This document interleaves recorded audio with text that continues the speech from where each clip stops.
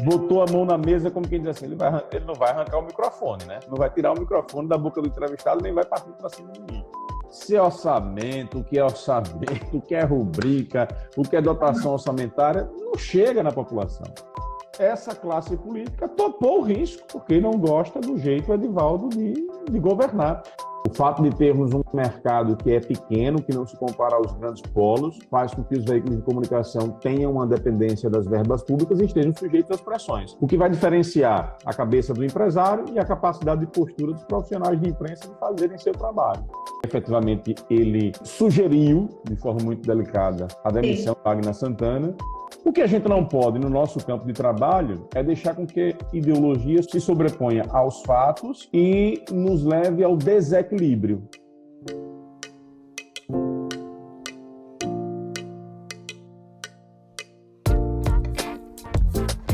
Olá, sejam todos muito bem-vindos. Está lá a Casa de Sofá, o seu podcast de política e sobre política. Eu sou Kátia Santana e esta casa é uma realização da Sede Comunicação Estratégica, a sua empresa de assessoria, comunicação e media trade.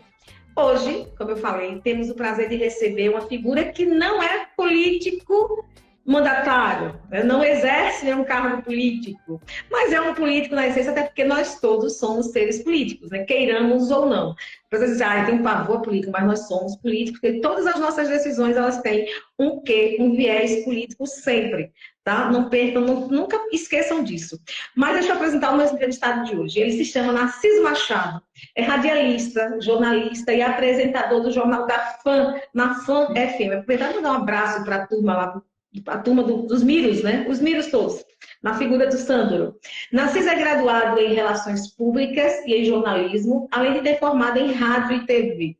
Fez especialização em Marketing e MBA em Gestão de Empresas. Já atuou como assessor de parlamentares, além de ter passagem pelo ramo de Gestão Empresarial.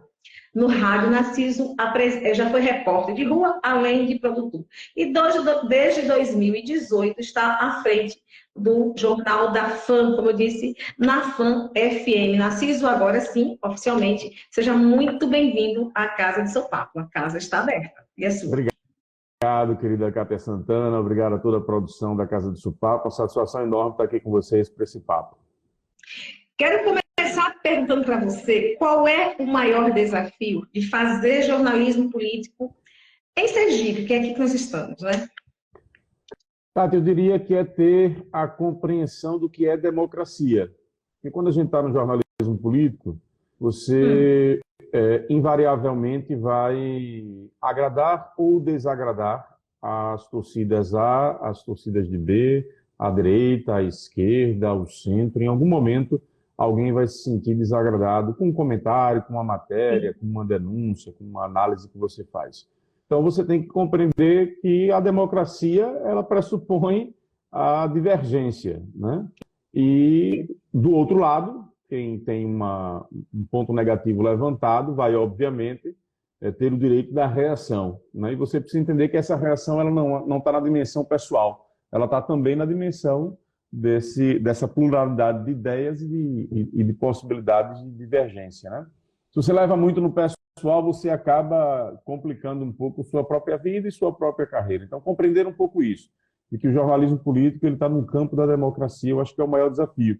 Eu acho que, às vezes, nessa polarização, inclusive, que a gente entrou nos últimos anos, as pessoas levam muito para o pessoal. E aí, quando você faz determinada crítica, ao invés de contrapor a ideia que você está colocando, a análise que você está fazendo, as pessoas tentam desqualificar o autor ou a autora para tentar fazer se esvair aquelas palavras ou aquela análise que você fez. Então, eu acho que esse é o principal desafio dos tempos atuais. E o curioso, Narciso, é que esse desafio não se dá apenas no campo do ser político, enquanto político gestor, enquanto político de uma comunidade, mas também nas relações pessoais com os colegas da própria imprensa, né? Perfeito, com os colegas da própria imprensa também. Porque você sabe que dentro desse campo você vai ter... Eu costumo dizer que, para mim, é um debate superado essa questão da isenção. Todos nós carregamos nossa história e, a partir das leituras da vida, das nossas raízes, enfim, a gente vai ter a possibilidade de termos a nossa ideologia, né?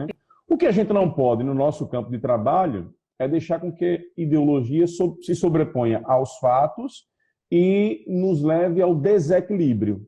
Eu costumo dizer que o grande desafio é o equilíbrio. Eu posso até não concordar com o que o outro está falando, mas eu vou entrevistá-lo e vou deixá-lo falar.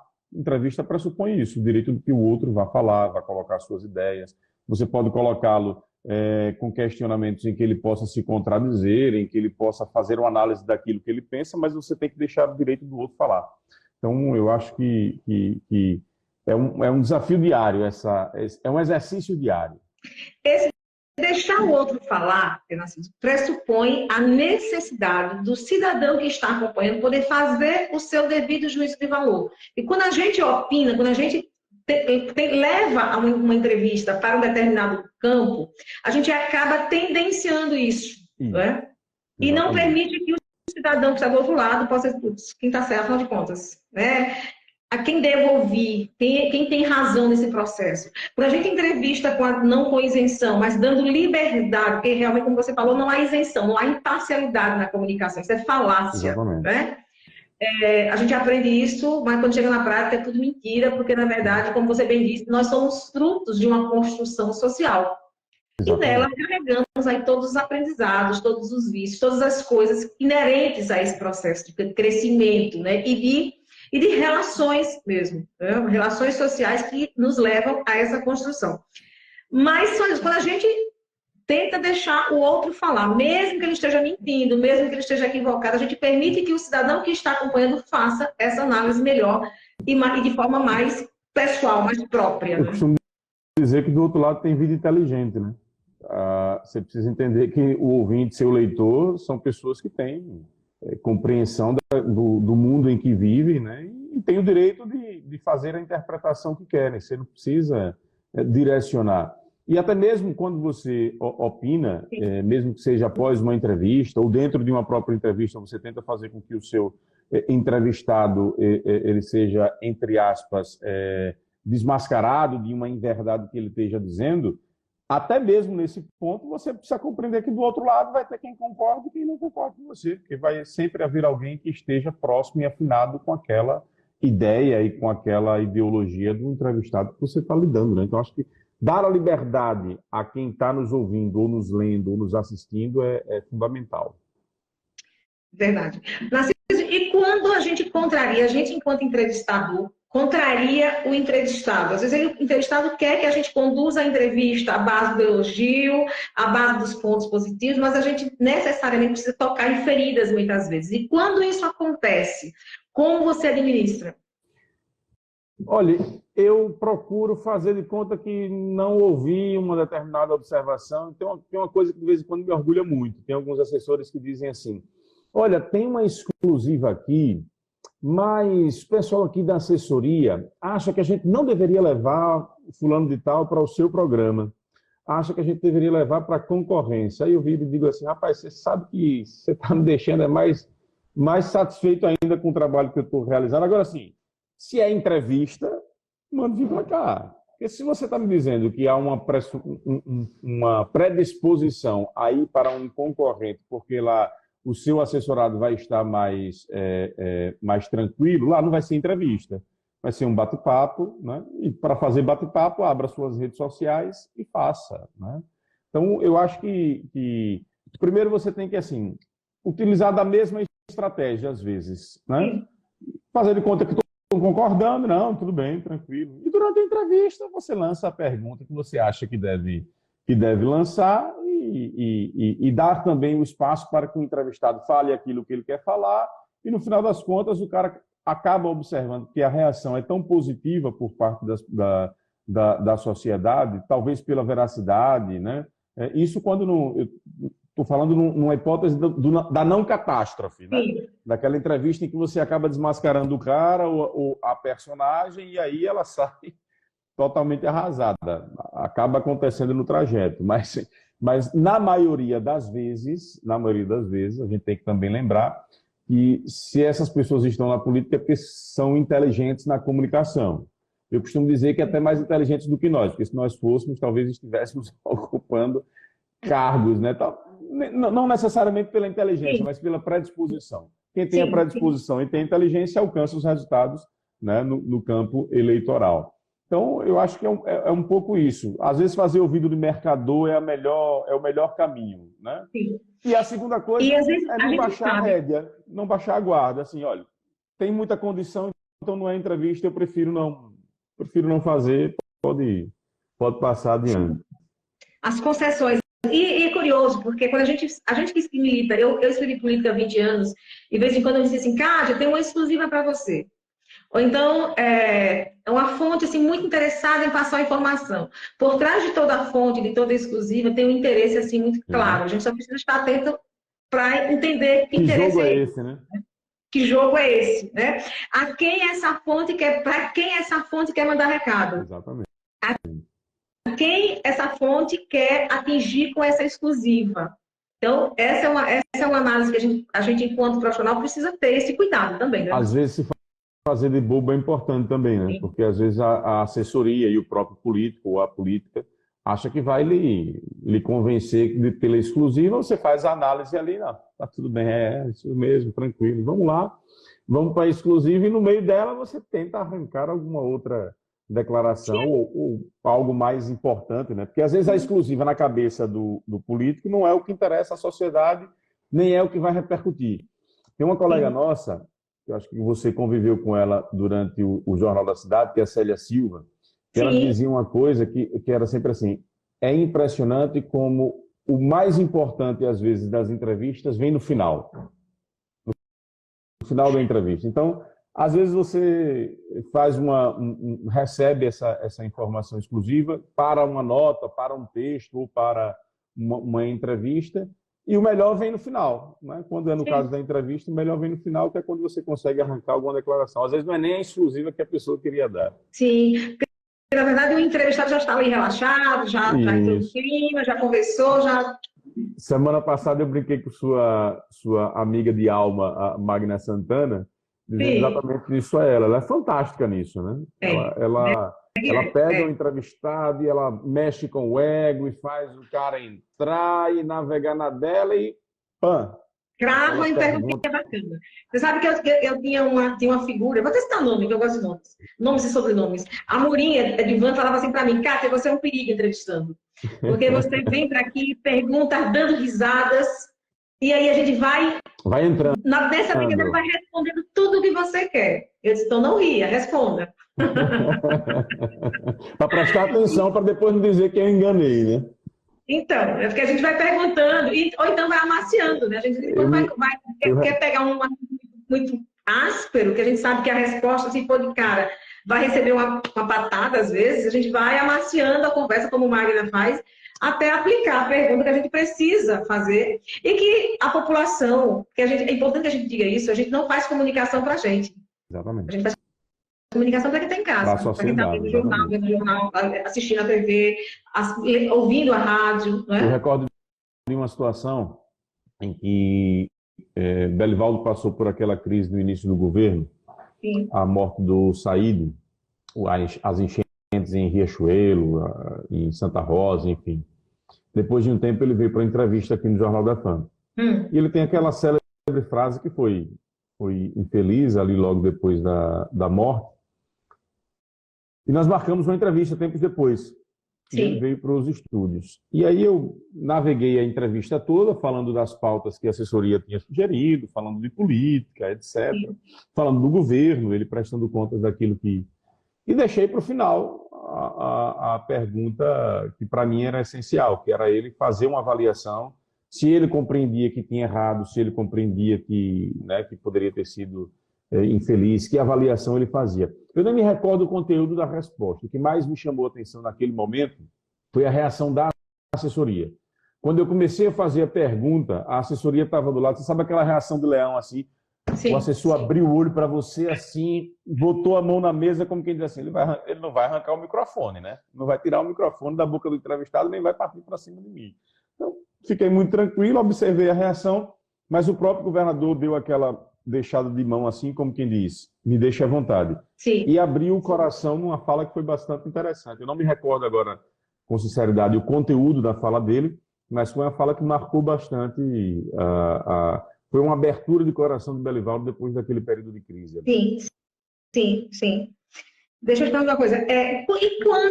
E essa coisa é muito interessante, porque às vezes o assessor ou o secretário que está ali de plantão, ele acaba tentando, não vou dizer intimidar, mas tentando meio que brecar essa nossa intenção de pergunta, às vezes, não é? Isso é corriqueiro. É corriqueiro. Sim. Você precisa ter jogo de cintura, né? Jogo de cintura e saber que muitas vezes também o assessor está no papel dele de tentar proteger o assessorado, de tentar fazer com que ele não entre em saia justa, de que ele não dê uma declaração de que vai repercutir mal, de que vai impactar na imagem dele. Você compreendendo que do outro lado, às vezes, é preciso observar que não é nem uma questão de esconder informação. Dentro da estratégia de comunicação que a assessoria adota, né, a estratégia de comunicação que o cara adota, ele vai tentar identificar qual é o melhor momento para falar sobre determinado assunto. Então, quando você tenta furar esse bloqueio, obviamente que você vai ter uma reação negativa por parte do colega. Né? Sim, sim. Eu já vivi muita situação de perguntar coisas desagradáveis aos ouvidos e receber aperto no braço, sabe? Aquela aperto assim, cala a boca. Ontem mesmo, Magna Santana foi entrevistar Fábio, e a assessoria, ela entrevistou no início, no final, e botou Fábio nessa confusão da Câmara, né? E a assessoria reclamou muito. Mas ele é governador do Estado. O que é que ele tem a ver com a relação do prefeito com a Câmara? Diretamente nenhuma, mas ele é o líder maior do agrupamento, né? Magna argumentou com a assessoria. E aí eu fiquei brincando com a assessoria. Eu disse, essa Magna Santana não tem jeito, rapaz. Essa Magna Santana é um caso sério. Com aquela coisinha simpática dela, né? Quando foi à noite que eu ouvi a entrevista, né, que ela me enviou, aí eu fiz contato com a assessoria e disse, rapaz, você não sabe o quanto foi boazinha a resposta do governador, rapaz. Vai ser até bom para ele. Você talvez não tenha ouvido direitinho o que ele disse. Aí ficou tudo... Repercutiu muito, né? E ficou num clima bom depois. E acho que faz parte. Você tem que compreender. Do outro lado, você é jornalista, mas você também é assessor. Eu também já fui assessor, como você colocou aí na minha... Né, ao ler o meu currículo e minha trajetória. Então, às vezes, a gente quer realmente proteger o nosso assessorado por algum motivo, ou pelo momento exato. Papel, assessor, né? Faz parte. Faz parte, é nosso papel. E aí, às vezes, quando a gente está do outro lado, que é o meu caso hoje, por exemplo, né, a gente dá uma bugada nisso, né? Sim. A gente tem que furar esse bloqueio, é o nosso desafio, né? Furar a bolha, exatamente. Narciso, e como você lida com essa relação de entraves políticos entre o que é notícia e o que é interesse do veículo? Considerando que os veículos são comerciais, tem toda uma linha editorial e, às vezes, as conversas não convergem. Como é que você lida com isso? Veja, eu tenho a sorte de estar em um veículo de comunicação em que a gente conseguiu estabelecer, com diálogo mesmo, a emissora vem de uma postura de transmissão e de condução de programa que ela vem, eu digo assim, da tradicionalidade, né? Em que você muitas vezes tinha um tendencionamento direto e que muitas vezes o lado comercial impactava dentro da linha editorial. E eu tenho, graças a Deus, consegui ao longo dos últimos anos, estabelecer uma linha de equilíbrio. Eu acho que os interesses comerciais, obviamente, eles vão impactar. O meio de comunicação não é do profissional, o meio de comunicação é de um empresário que tem folha de pagamento, que tem suas despesas, que tem suas diversas relações e que tem um pensamento e uma ideologia. E que se é ele o proprietário daquele veículo, mesmo sendo uma concessão pública, o que é uma contradição do nosso sistema de comunicação, né? Concessões públicas que são administradas por empresas privadas que visam lucro e que, portanto, precisam ter resultado, porque senão não sobrevivem. Né? Senão não sobrevivem. Então, o que a gente precisa no cotidiano é uma palavra que eu repito sempre muito ela, não é por clichê ou para tentar fazer palavra de ordem, mas é o equilíbrio. Né? É o equilíbrio. Tentar o equilíbrio entre essas duas convergências, entre os interesses comerciais, que vão sempre existir. Eu costumo dizer que tem uma frase que eu brinco aqui com os colegas, que é o seguinte: amarra o burro na orelha do dono. Não é que o seu Miro tenha burro, não. Seu Miro, o senhor não tem, não. O senhor tem uma grande empresa, um grande grupo empresarial. mas é para dizer o seguinte, olha, nós não estamos aqui para definir o que a empresa tem que fazer. Nós temos que tentar fazer o nosso trabalho da melhor forma. Fazer o jornalismo da melhor forma. Se por algum acaso, em algum momento, algo que a gente vai fazer vai contradizer aos interesses do veículo de comunicação, quem tem que tomar a decisão é o proprietário do veículo de comunicação. Façamos a nossa parte, o trabalho da melhor forma possível, tentando buscar sempre o equilíbrio para a gente evitar qualquer tipo de desgaste ou de queda de pauta ou de bloqueio de pauta para que a gente possa comunicar da melhor forma. Narciso, eu vim de um jornal, de um veículo, que era o Jornal da Cidade, que tinha um dono, saudoso Antônio Carlos Franco, que era essa figura. Ele sempre deu liberdade para a gente trabalhar. Não por acaso, quando eu era editora de política, o governador do estado era o querido Albano Franco, que era irmão de Antônio Carlos. Né? E eu nunca fui impedida de fazer críticas à gestão do então governador Albano Franco. Nunca fui impedida. E ele era o irmão do dono. Então, essa liberdade nos dá muita segurança para trabalhar. E, às vezes, isso não é regra, não é? Isso não é regra. A gente sabe que em muitos veículos, essa dose de epa, isso aqui não pode, epa, isso aqui é amigo, é muito clara. Como é que você avalia isso na sua vida profissional? Veja, aqui na FAM-FM a gente sempre teve essa condição também, de muita liberdade de trabalho. Às vezes as pessoas não acreditam quando eu digo que muitas vezes a gente passa, fora os encontros pelos corredores pós-programa, para uma avaliação de como foi uma entrevista, etc., a pauta não passa pela direção. A pauta passa por um grupo formado entre Diego Rios, Magna Santana e Narciso Machado. Naquele grupo de WhatsApp ali, nós três definimos a linha do programa do dia seguinte, né? E é ali que a gente define quem vai ser entrevistado, quem não vai ser, o que é que a gente vai fazer, o que é que não vai fazer, que pauta vai fazer. Raramente vem o pedido do próprio... Olha, tem esse assunto aqui, eu gostaria que fosse abordado, tem esse fato aqui acontecendo na economia, eu quero que você traga um economista aqui para falar sobre esse assunto, tem esse problema aqui que está acontecendo com esse setor comercial, é importante que vocês abordem este assunto aqui. Mas, especificamente na questão política, a gente, graças a Deus, nunca recebemos nenhuma interferência. Aliás, teve um episódio em que um secretário de comunicação tentou interferir no trabalho de Magna Santana e que ali nós demos o recado para o mercado governamental de como era a postura da nossa direção. Sim. O diretor Sandro de Miro não deixou nem o secretário terminar de falar, porque efetivamente ele sugeriu, de forma muito delicada, a demissão de Magna Santana, e ele simplesmente disse, olha, eu vou... até sei quem é, já passei por isso também, qual é a mesma pessoa. Eu vou considerar que você deve ter feito uma ligação bem enganosa, que você está num dia muito ruim, esfria a cabeça, depois a gente volta a conversar. Agora, aqui, na minha emissora, ninguém diz quem fica, quem sai, quem... Né?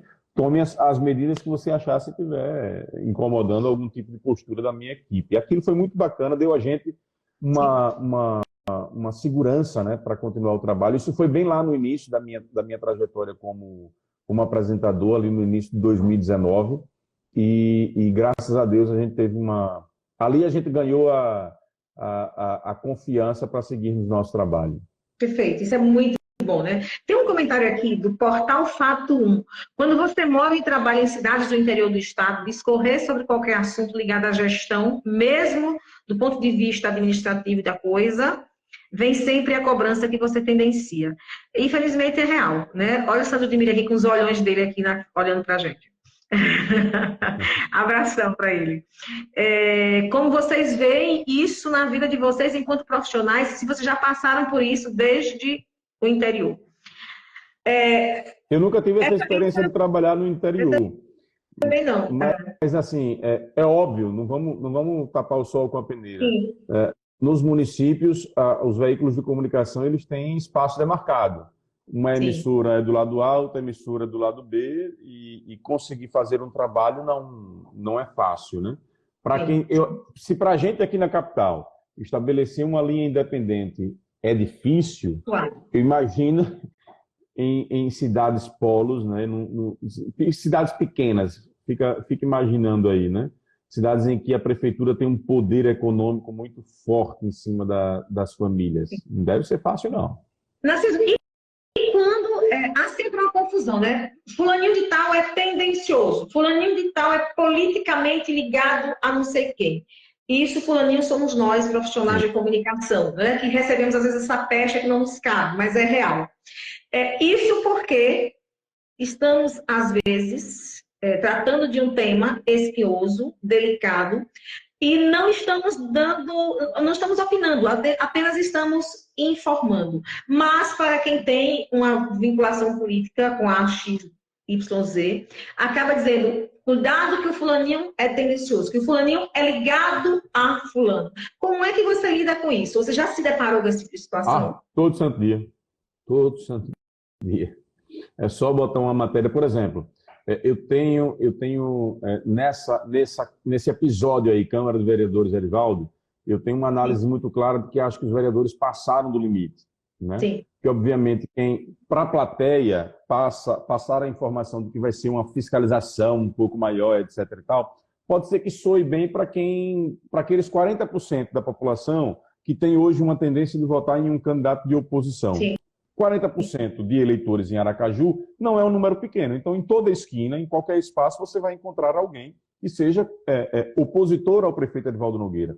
Esse 40% está satisfeito com a medida que a Câmara tomou. Então, obviamente, quando você faz uma crítica à postura que a Câmara tomou, você vai naturalmente ser levado e taxado. Olha, esse cara daí é edivaldista, ele está defendendo Edivaldo, etc. e tal.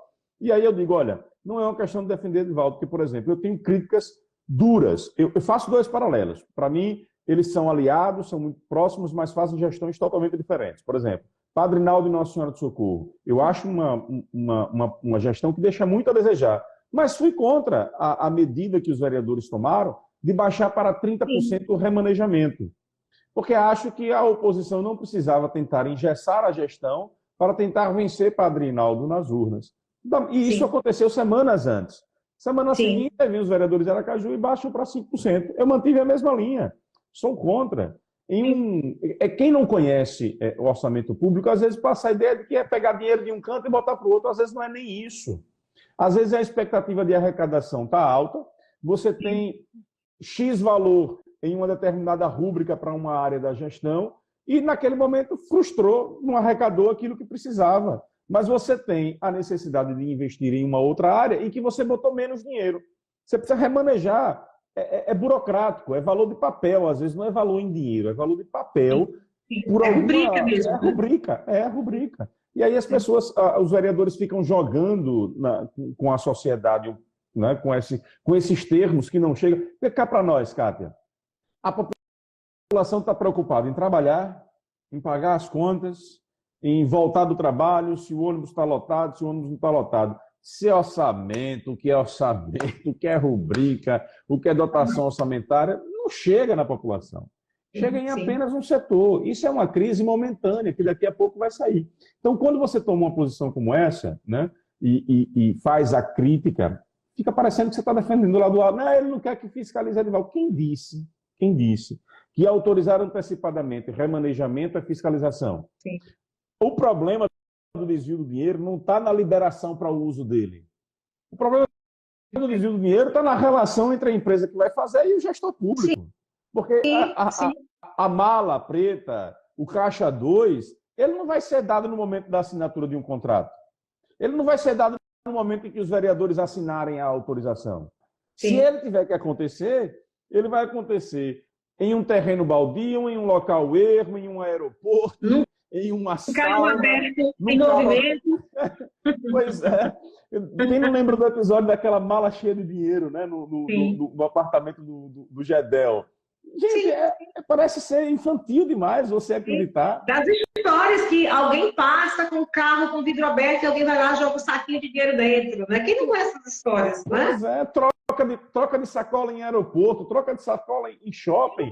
Quando as investigações acontecem, demonstram para a gente como é que efetivamente a corrupção acontece. Então, não é numa autorização de liberar dinheiro para a área A e para a área B que os vereadores vão conseguir fazer fiscalização. Eu acho que eles erraram na mão E fico na torcida de que, de repente, seja vencida aí a burocracia e não tenhamos maiores problemas próximo ano. Eu quero aproveitar essa fala sua em relação aos vereadores, e eu queria que você pudesse analisar um pouquinho, fazer uma análise prática do que, como você vê essa postura da Câmara Municipal de Aracaju em relação ao Executivo hoje. O presidente Ricardo tem uma postura bem diferenciada nesse sentido, de imposição, de manter todo mundo aliado ao lado. Como é que você vê isso de forma prática na condução dos dois poderes? Eu acho que Ricardo, com toda a sinceridade, ele dizendo, ele é um presidente que faz história. Porque se a gente pegar o histórico da Câmara de Vereadores, até inclusive com o próprio Nitinho, que começa uma linha de um pouco de independência, mas Edivaldo não teve problemas para aprovar na Câmara de Vereadores, nas gestões de Nitinho, as suas proposituras. Sim. Com Ricardo, a postura passou a ser diferente. Aí você vai me perguntar, isso é natural do Ricardo? Talvez não. Ricardo não seria presidente se Edivaldo, por Edivaldo, né? Edivaldo só foi, Ricardo só é presidente por causa de Nitinho. Então ele chega na presidência da Câmara de mãos livres. Eu posso fazer aqui história, posso demarcar. Já que você não me queria como presidente... Historicamente, de primeiro mandato, com maioria. Exatamente. E não se elege, né? Não aconteceu na história de Aracaju um vereador de primeiro mandato chegar à presidência. Nunca. Então, eu venci contra o prefeito. Não tem, portanto, nada de dar satisfação a ele. Estou livre. Não devo nada. Não devo nada. Vou para cima fortalecer o parlamento. Está fazendo história. Acho que o primeiro ponto que tem que se dizer é isso. No segundo ponto, você tem do outro lado um prefeito de 4 mandatos, que a gente sabe assim, a gente quando fica velho, a gente não melhora. A gente só realça aquilo que a gente já é, efetivamente, né? Se você é birrento, você vai ficar birrentinho mais um pouquinho. Se é delicado, vai ficar mais chorão ainda, né? Enfim, quando a gente vai amadurecendo, é isso que acontece. Edivaldo sempre foi um pouco assim. Edivaldo sempre foi um pouco retraído. Edivaldo não é aquele político de chamar para almoçar, de tomar cafezinho. Não é de atender aos aliados. Não é de fazer sala, de receber ofício e responder ofício. Não é. Nunca foi. E conquistou 4 mandatos. De que forma é que isso acontece? Aí são as circunstâncias que precisam ser analisadas. Agora, como é que você vai dizer para um cara que tem 4 mandatos que ele está errado na estratégia de condução dele? É difícil. Há erros na minha avaliação? Eu acho que ele poderia ser mais polido, poderia ser mais atencioso, inclusive com os vereadores que são da base, principalmente, porque a reclamação não é da oposição, a reclamação é da base. Sempre ouvi isso. Agora, tudo e não por acaso, é importante dizer que saco de parlamentar é saco sem fundo. Sim. Você vai atender uma demanda hoje, se você não atender a de amanhã, você já vai estar cometendo problema do mesmo jeito. Sim. Então, às vezes, o prefeito ele tenta segurar os atendimentos para o ano da eleição. Porque se ele vem atendendo durante 3 anos, chega no ano da eleição e ele não atende aquilo que foi pedido, ele está com problema político do mesmo jeito. Sim. Então, talvez seja essa expertise de ter passado por 3 mandatos que fez com que Edivaldo chegasse com essa visão para esse 4º mandato. Só que ele pegou uma geração diferente de políticos. Eu acho que não, viu? Deixa eu só relembrar aqui um pouco a eleição passada. Lembra da eleição passada? Edivaldo era o nome, já disse isso aqui na casa, Edivaldo era o nome favorito em todas as pesquisas para ser o candidato ao governador de Sergipe. 2022, perfeito. 2022. E não foi por quê, você lembra? A classe política não o apoiou. E não apoiou por quê, você lembra? Com esse argumento de que ele era pouco político, de que não atendia. Inclusive, lideranças como Luciano Bispo disse, eu não vou eleger uma pessoa que, após eleito, vai querer me atender com 6 meses. Eu quero ter um governador que seja meu aliado, que seja vários... Então, esse é o perfil, né? Você veja o que é isso, viu, Cátia? Sim. Nós precisamos ser justos com a história. O agrupamento governista arriscou uma eleição, e o resultado do primeiro turno mostra isso, arriscou uma eleição de ir com um candidato que tinha o apoio da classe política, mas que carregava o desgaste do agrupamento. Sim. Por muito pouco você não tem um prefeito do interior do estado que se torna governador, ou por muito pouco o Rogério Carvalho não consegue vencer aquela eleição em primeiro turno, já ali naquela confusão que foi aquela eleição do início de outubro, né? Este candidato, que foi terceiro colocado no primeiro turno, ressurge das cinzas no segundo. Aí sim, o agrupamento todo unido e com os erros do adversário, que é preciso frisar isso, o Rogério errou muito no segundo turno, toda essa conjuntura dá a Fábio o governo do Estado. Se fosse Edivaldo o candidato, o périplo não tinha sido esse. Valmir de Francisquinho, à época, dizia, se Edivaldo for candidato, eu não sou candidato porque não tem jeito, é ele o governador do Estado. Mas essa classe política topou o risco. Por quê? Porque não gosta do jeito Edivaldo de governar. Então, os vereadores estão certos em dar uma resposta, dentro da política, fazer uma retaliação? Não, eu disse isso, inclusive, no Jornal da Fama, não estão errados, não. Agora, eu acho que a forma, a dose, não tem aquela história que diz assim, do remédio para o veneno, a diferença é a dose. Né? Então, eu acho que eles levaram uma dose que pode se tornar um veneno contra eles. Pode ter... Já vou liberar você, que você tem programa ao vivo daqui a pouco. Isso, mas eu tenho uma pergunta aqui, falando em eleição. Tranquilo, tem alguns minutinhos ainda. Falando em eleição, aqui tem a pergunta do professor Chico. Aliás, tem várias perguntas aqui de telespectadores, da nossa audiência. Professor Chico com política, quem você acha que será candidata ou candidato do grupo de Fábio em Aracaju, Narciso? Veja, eu acho que Fábio, hoje, ele não irá brecar a candidatura de Iandra. Eu acho que a candidatura de Iandra, pelas falas públicas que a gente escuta e pelas informações de bastidores, tem um aval aí para percorrer o seu caminho. Sim. E Fábio seguirá com o nome escolhido por Edivaldo Nogueira, que até o momento é o nome de Luiz Roberto. Sim. Pedro Carregosa aqui, o querido Pedro Carregosa, um abraço para você, querido. Beijão, Pedrão. A história política de Ricardo é bastante interessante e focada. Surgiu no PT, no grupo de Rogério, conseguiu espaço com Henrique Clay e ganhou a eleição e tem a marca de sempre surpreender. E ele vence a eleição pela Rede Sustentabilidade, né? Sim. Logo em seguida, o Henrique Clay vai para o PSOL, ele não segue Henrique Clay, permanece na Rede Sustentabilidade, e dentro da Câmara se aproxima de Nitinho e se torna um aliado. Há quem diga, viu, Cátia, que essa relação dele com os vereadores, ela veio sendo formada ao longo desses 2 primeiros anos. Ricardo fez alguns gestos internos de apoio, de ajudas aos demais vereadores, que fez com que ele se tornasse líder desse grupo de vereadores aí. Sim. Deixa eu fazer aqui um comentário.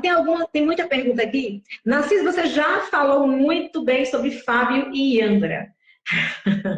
Tem aqui várias mensagens em relação ao ex-prefeito de Itabaiana, Valmir de Francisquinho. Valmir é o maior líder.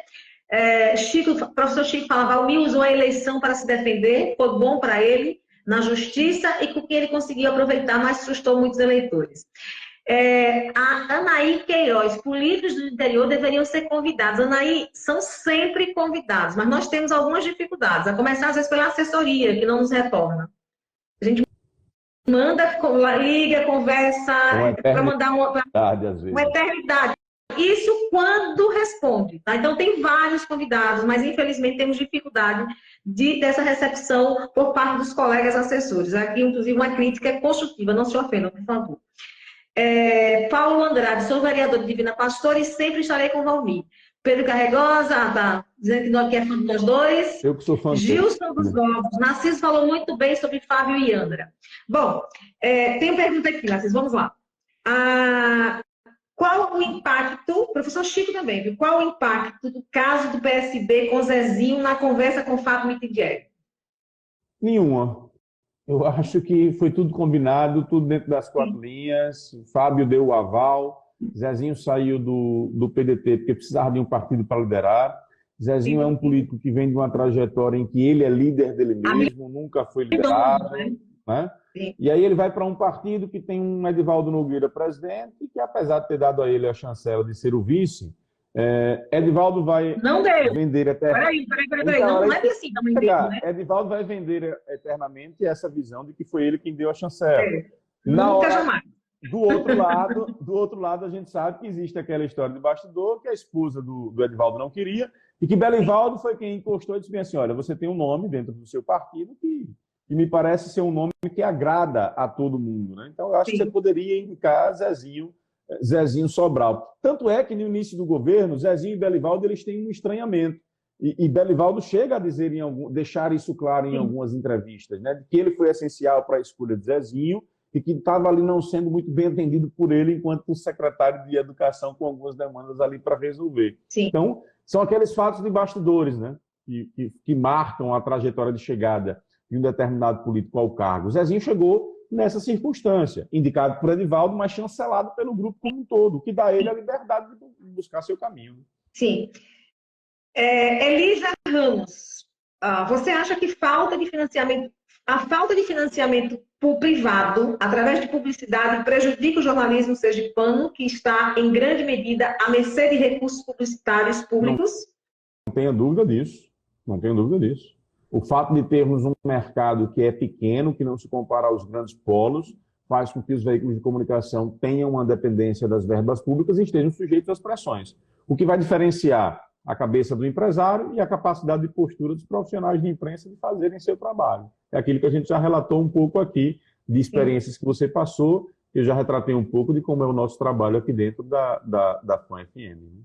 Tem a pergunta aqui do Jorge Carvalho Silva. Muitos radialistas sergipanos utilizam a posição para fazer propaganda política própria, visando se candidatar a cargos políticos. O senhor tem esse objetivo? Quando eu era adolescente, até os meus 20 e poucos anos, com aquele sonho de mudar o mundo, eu ainda achava que poderia exercer. Depois que eu entrei para o jornalismo, eu acho que eu ajudo muito mais a sociedade aqui, na minha função, fazendo um bom trabalho, do que talvez exercendo algum cargo. Obviamente que, às vezes, você fica naquela, né? Poxa, se eu for, né? Será que eu vou ter apoio? Aí você tem muito elogio, a pessoa lhe incentiva do lado, lhe incentiva do outro. Você, às vezes, fica naquela... Mas depois você assenta a poeira, depois de uma noite, vai dizer, não vou nada, quero nada, não tenho nenhuma pretensão. Eu costumo brincar dizendo que eu sou candidato a eternamente ficar com os microfones da FAM abertos para mim. Se eu miro, não me demita. Sou candidato a não ser demitido. Certamente você já foi convidado a se filiar a algum partido. Não, diretamente não. Brincadeiras em entrevistas sempre tem, mas oficialmente, aquele convite formal, mostrando uma determinada estratégia política, etc., não. Eu já fui uma vez e eu disse que não faria sentido, porque eu ia acabar com o partido. Um dia desse, eu descobri que Magna Santana também foi convidada, lá naquela época. Convidada, é verdade. Pelo mesmo partido que eu fui. Naquela época... E aí eu disse, rapaz, não dá muito certo, não, que eu sou sincericida, eu vou acabar com esse partido, E naquela época que Jackson fez news, a vereadora de Aracaju, Magna tinha sido convidada também para ser candidata. Foi naquela época eu não sabia, soube depois. Vamos lá, tem mais uma pergunta aqui, Narciso. Da Adélia Pinheiro. Como você avalia o nível de jornalismo político de Sergipe? Há mais apaixonados do que analistas ou, de fato, fazem uma atuação isenta? Isenção, nunca, né? Mas vamos lá. Isenção não existe. Nem eu mesmo sou isento. Eu tenho minhas predileções ideológicas. Agora, é fato que, infelizmente, tem alguns colegas que exageram na paixão, né, e não conseguem fazer um trabalho equilibrado. Mas quem sou eu para julgar? Veja, eu estava há poucos instantes conversando com um colega aqui. Às vezes nós somos cobrados para sermos aquilo que a sociedade não é.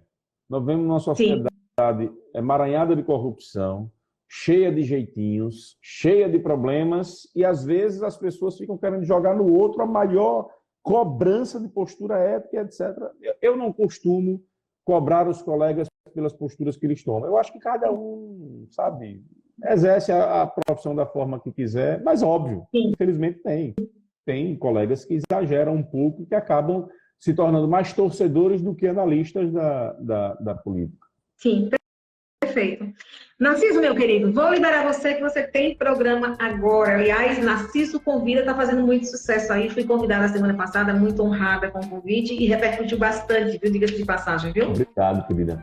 Quero dizer que você é uma parceiraça, dizer aqui para os seus seguidores que você estará conosco, o Casa do Supapo, Cátia Santana estará conosco ao longo do ano de 2024. Vamos ter muitos encontros, analisando cenários, fazendo recortes de como está esse processo eleitoral e participando da cobertura das eleições de 2024 aqui com o Grupo Fã de Comunicação. É uma honra para a gente ter você aqui conosco, cara. Obrigadão pelo convite. Eu quero que essa parceria Casa de Seu Papo, Fã FM, Narciso Machado, prospere. Amém. E ganhe corpo. Amém. Por favor, viu? Amém. Feliz Natal, muitas bênçãos em sua vida, saúde e paz. 2024 seja de muita paz e saúde. E que a gente continue aqui conquistando os nossos seguidores, os nossos leitores e claro, compreendendo também aqueles que são críticos a gente e respeitosamente divergem do nosso trabalho. Acontecendo dentro do respeito, eu acho que não tem problema nenhum. O problema é quando as pessoas confundem direito de opinião com direito de agressão. Então, feliz ano novo para todo mundo, não só para você, mas para todo mundo que está nos assistindo. Feliz Natal, que o menino Jesus abençoe a todas as famílias. Fica aí para a gente dividir, para a gente separar, sair junto, tá bom? Só um pouquinho. Vamos lá. Casa do Seu Papo fica por aqui. Valeu demais o papo com o Narciso. Hoje a gente volta semana que vem, pós-Natal, dia 28. A gente tem Casa do Seu Papo com um novo entrevistado. E, claro, espero a sua audiência. Aproveite, manda essa live aí para mais pessoas. Essa live vai acabar aqui agora. Mas vamos estar com todo o conteúdo lá no Spotify e no YouTube. Mas compartilha a casa, segue a casa. Nós estamos em todas as redes sociais: TikTok, Instagram, Facebook, Twitter, LinkedIn, YouTube, Spotify. Ou seja, onde você passar, vai encontrar a casa. Segue, compartilha, comenta, faz crítica, elogie, faça o que você quiser, mas faça. Afinal de contas, a casa é feita a várias mãos. E tenho certeza que a sua vai ser muito bacana estar participando disso, tá bom? Grande abraço, a casa fica por aqui. Nos encontraremos em breve. Feliz Natal para vocês. Obrigada pela audiência de sempre, pelo carinho com que vocês nos mantêm aqui firmes nessa jornada. Grande abraço. Narciso, um abraço para você também. Obrigado, querida. Feliz ano novo, Feliz Natal. Tchau, tchau.